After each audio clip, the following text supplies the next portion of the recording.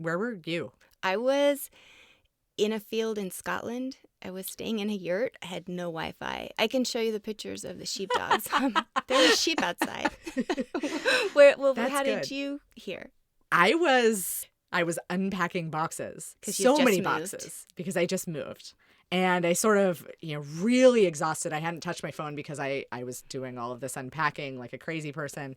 And I wandered, sort of stumbled upstairs to the bedroom and did that last like email check before you go to bed. You're not supposed to do which that. Is really terrible. And I was sort of in disbelief. I turned to my husband and said, we just killed the second most powerful person in Iran. Hi, it's Lacey, and this is Things That Go Boom. We spent all of last season talking about the Iran deal because we wanted to explore the consequences of Trump's decision to pull out. Today, we've begun to see some of the fallout. So, our producer Ruth and I, we got together for a special bonus episode to talk about what it all means. Okay, we're in your new studio/closet. Yeah, it's fabulous. It's a hardened bunker in the mountains of Maryland filled with clothes and dirty laundry.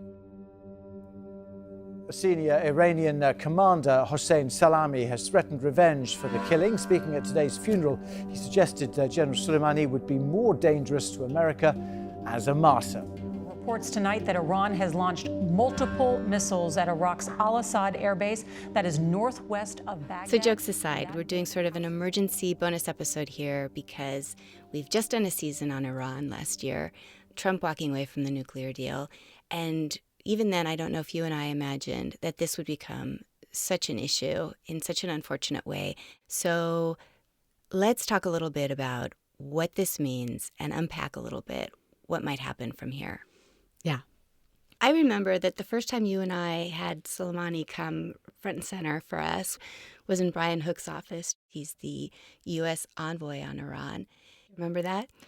Oh, and he mentioned Soleimani and a tweet, right? Right. You saw the thing with Qasem Soleimani? I think you referred to it as the martyrdom thing. Have you seen the martyrdom thing? Oh, yeah. So do you and remember what it said? It was that Khamenei had tweeted. It was actually a Khamenei tweet, right? Khamenei had tweeted that Soleimani was like fabulous, and he was honoring him basically, right? As one day he would be a martyr. So I brought it with me. Oh, fantastic! Even better. So the Ayatollah was congratulating Soleimani because he was giving him the highest military award, and this was in March of last year. Because it says, "I'm very happy to be pinning this medal, whatever, on Qasem Soleimani, and all best wishes for your martyrdom." And he says, I hope it doesn't happen soon. But of course, not anytime soon. This is the regime we're dealing with. It's a death cult. Going back to that tweet about martyrdom, the U.S. may have made him a martyr. Yeah, absolutely. I mean, this is a long-standing, complicated question for the United States. Does a decapitation strategy? This just tends to be a conversation that we have about terrorist groups. Is that helpful to us? Is it hurtful to us? I think there are a lot of arguments on both sides. This is a particularly interesting one, given that Soleimani is not just a designated terrorist, but also actually part of the Iranian government. It's actually a very squishy situation that we're in, and I would argue something of a slippery slope. That goes to what we've been seeing with Soleimani's funeral procession. Yeah. People who were protesting the government several weeks ago are now united and in these processions, and people have sort of unified behind the government. Do you think that the Trump administration foresaw that? I think the Trump administration wants exactly the opposite. Since we pulled out of the Iran nuclear deal, there are choices that we could have made that would have ingratiated us to the Iranian people, possibly, that would have very much changed the way that things have played out. We could have gone more fully toward diplomacy. We have instead been in a tit-for-tat escalation with Iran. We have ramped up sanctions significantly, painfully crushing the Iranian people. We are, medical supplies and other crucial needs for the people of Iran have been cut off. What we're hearing from people on the ground is generally that life has gotten harder, and that even if they are riding the wave, like Ali Reza in our last season, it is becoming increasingly hard, and that is why you see these massive protests that broke out in Iran over an increase in gas prices. And so when those protests broke out in Iran, folks like Mike Pompeo and others who are very interested in maintaining this maximum pressure strategy that is the administration's approach to Iran were sort of doing a little celebration, a little happy dance, because they were like, okay, it's working. Like, this is exactly what we want. We want the people to get angry at their regime. We want them to get angry at their leaders. We want them to rise up.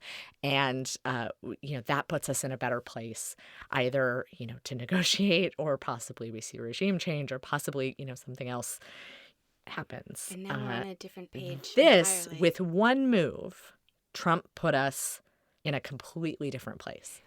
Draw a line for us, Lacey, from where we left off with the Iran nuclear deal with our last season and Trump withdrawing and sanctions kicking into place to where we are today with this escalation where we're asking ourselves, are we in a war with Iran?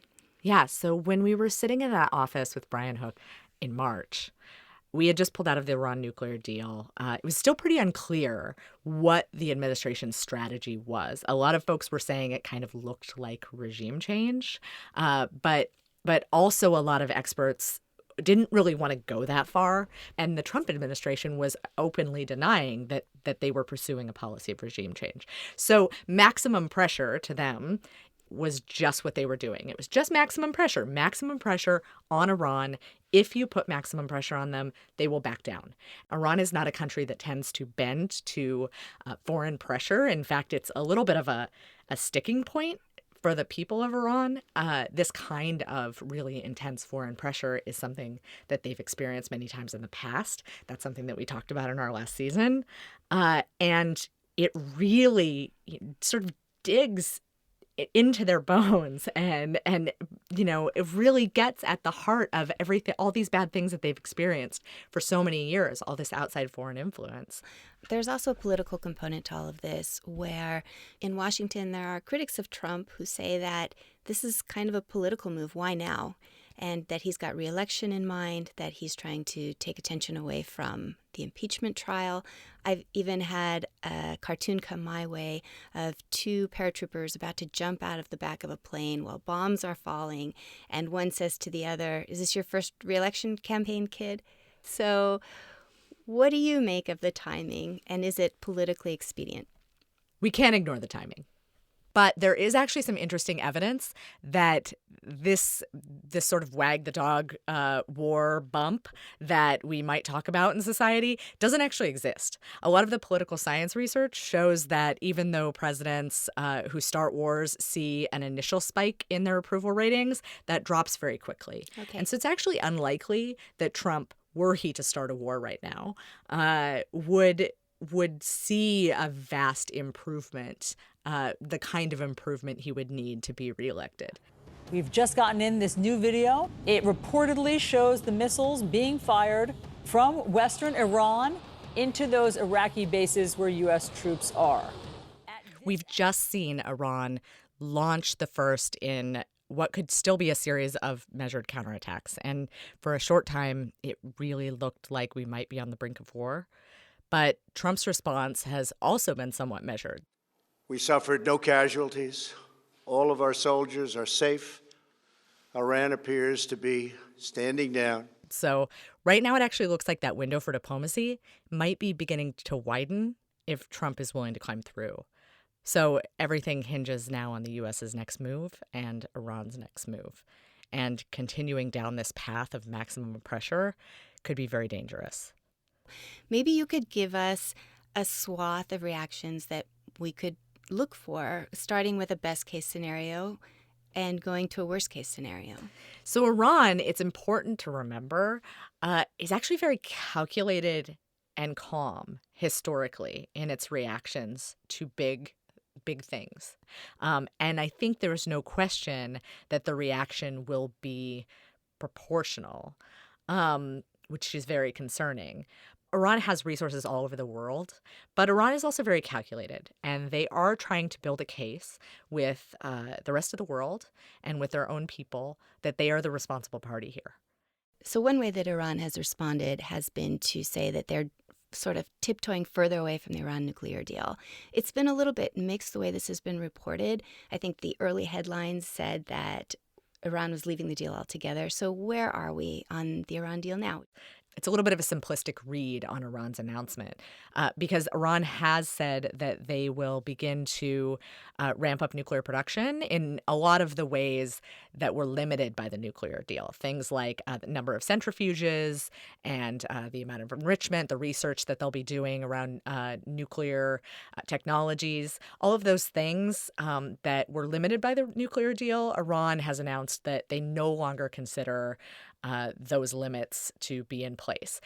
Importantly, however, when the New York Times and others have said that they have completely withdrawn from the nuclear deal, that is not true because Iran is still allowing the inspections regime to remain in place, which is actually arguably one of the most important parts of the nuclear deal. The fact that we have unprecedented access to Iran's nuclear facilities is something that, were that to go dark, that would change everything. So the fact that Iran is still playing nice with inspectors, they're still allowing them to come in, have surveillance, do their testing, do all the things that they do, and that they're able to do all of the advanced measures that they're able to do under the nuclear deal really means that Iran is still kind of playing nice with America and with Europe and with all of the partners that created the nuclear deal. So they're leaving this, they're shutting the door, but they're leaving a window open, a little crack to possible. Those inspectors can climb through. Exactly. They can really small inspectors climbing through the window, trying, or maybe more appropriately, very small diplomats trying very carefully to crawl through and save the nuclear deal or save some semblance of cooperation with Iran. And this brings us to a really important point because it is in Iran's best interest to continue to look like the responsible party here and to continue to maintain their relationship with the Europeans, to continue to maintain the balance that exists in their relationship with Russia and China, and actually possibly even nurture that relationship. You already see Russia making moves to nurture its relationship with Iran.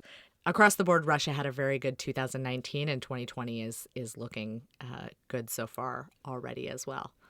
So that's the scenario where Iran has perhaps what we might, I don't want to say measured, but more rational response. But can you take us to the worst case scenario? What if that's not how it plays out? Yeah, and I would even say in the best case scenario, we are looking at a situation where allied relationships are shifting. There's a lot of continued tension that's going to exist. Iran's nuclear program is going to continue to march forward. We're going to have to manage that. The only way that the Trump administration can really truly de-escalate this situation is to essentially leave its maximum pressure strategy behind and fully pursue diplomacy. And that's something that I'm not sure that I'm seeing any signals from the Trump administration that they are ready or willing to do. So in a worst case scenario, we find ourselves in a place where Iran goes back to its nuclear program. It begins to enrich. The U.S. ramps up whatever sanctions it continues to be able to ramp up. We could see possibly a scenario in which our international partners rejoin with us because Iran does something provocative. I would argue that Iran is going to try to toe a line to ensure that this doesn't happen. But this is the place where the Europeans have a lot of power. A lot of Iran's continued good behavior, I think, is hinging on these relationships with the Europeans and relationships with Russia and China. And if those begin to go out the window, then Iran is going to feel very backed into a corner again. And they might make some kind of move where they begin to pursue 20% enrichment again. So they could do something like that was provocative. We're going to continue down this line of tit for tat, escalating just a little bit more and a little bit more. And then we have a wild card in the Trump administration that is, we see that Trump himself is willing to take the most extreme option. That is what we just did with Soleimani. So let's go there. We're always talking about how Trump is busting norms. Is it alarmist to ask ourselves if Trump would use a nuclear weapon? I don't think it is. You don't think it's alarmist? I absolutely don't think it is. And a couple months ago, I probably would have said with more trepidation that I don't think it is alarmist. The fundamentals here are really important because there isn't a chain of command when it comes to launching a nuclear weapon. The president has the authority to launch a nuclear weapon if he so chooses, and no one can stop him. Congress doesn't have to authorize the launch of a nuclear weapon. The Pentagon doesn't have to agree with the launch of a nuclear weapon. The president can launch a nuclear weapon. So just by virtue of that, there was always a concern. But this particular scenario that we're in right now has brought me to a new place in my understanding of Trump's particular relationship to nuclear weapons. Your thinking on this has shifted. So my thinking on the nuclear question, nuclear is really interesting because it is big and it is scary and it does not feel real because it is so big and it is so scary. And it feels sort of like always in a person's heart of hearts that even someone like President Trump, whatever you may think of him, that he would not go so far as to drop a nuclear weapon on a country, that he would have, even no matter what level of irresponsible you think that he is, that he would understand the devastating consequences of dropping a nuclear weapon. But then it's really important because you go back to the actual words coming out of President Trump's mouth, and the actual words are, "We have nuclear weapons. Why aren't we using them?" Right. He has said this. And so we have this ongoing cognitive dissonance with the Trump administration where we continue to think, like, how serious, we want to be serious foreign policy analysts. We want to be serious reporters. And we want to say, he is a master of communications, and he's just, what he says on Twitter is all just public diplomacy and whatever. It's just all craziness. And he's trying to do the madman Nixon thing. But actually, they have this real strategy over here that's really a thing. And the two are very different. I do not think today, post Soleimani, that is true. You don't think they're different? I don't think they're different. I think that the words coming out of Trump's mouth are the actions that he plans to take. I know now that the president is willing to take the most extreme option that is offered to him. And so when he says, we have nuclear weapons, why aren't we using them? He means it. He's not just riffing. He's not just talking out of turn. He really feels that we should, I guess, escalate to de-escalate. I think Trump ascribes to this idea. There's a particular interview with him on Meet the Press years ago where he said this with regard to North Korea. He said, they would not get a nuclear weapon. Same things he's saying about Iran right now. They would not get a nuclear weapon because I wouldn't let them. Mm-hmm. I would bomb them to smithereens before they ever got there. There have been ideas bandied about dropping a nuclear weapon in the middle of the desert somewhere just to send a signal to Iran. Even if that kills no one, it releases tons of radiation into the atmosphere that we all should be worried about. Right. It's an interesting place that we find ourselves in, where we have a president who is very vulnerable, who has sole authority to launch a nuclear weapon, and who has shown he is willing to take the most extreme option on the table. I think that's really what it comes down to.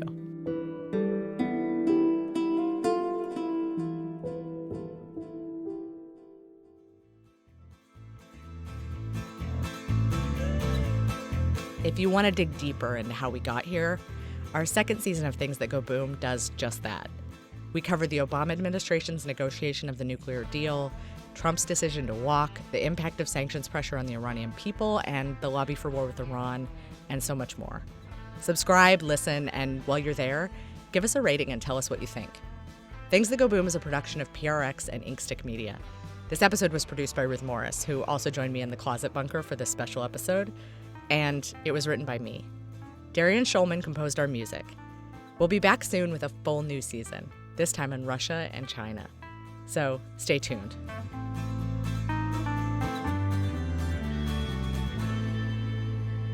We could live it here. It's a nice walk-in closet. It's big enough to hang out. And I didn't even know you had these cute summer dresses, Lacey. These are adorable.